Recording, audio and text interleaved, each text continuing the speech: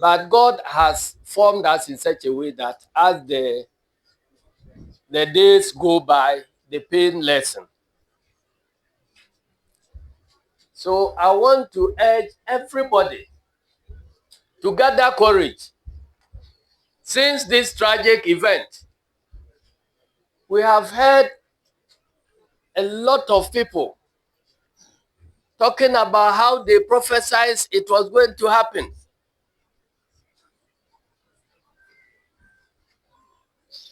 But I believe, as a Christian, and I believe that it is so with the Muslims, that nothing happens on the blind side of Allah.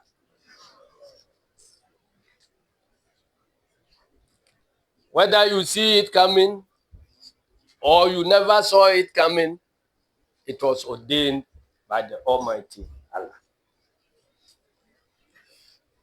And so those who are already prophesying about more calamities, let us continue praying to Allah that his wish be done.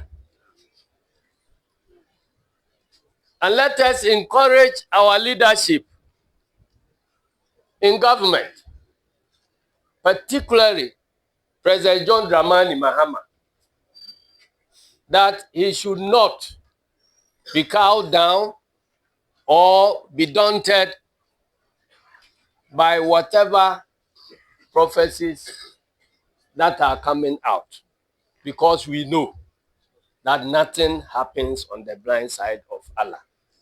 If it is the wish of Allah that from here we should not return to our houses, it shall be. If it is not ordained by Allah, nothing will make it happen. So I'm urging NDC colleagues, both in party and in government, that let this tragedy, instead of breaking us down, let us increase our resolve to reset this country. Let us increase our resolve to fight the ills in society. And let us increase our resolve to build a better Ghana. Because whatever happens, each of us will die one day. But it is good to die for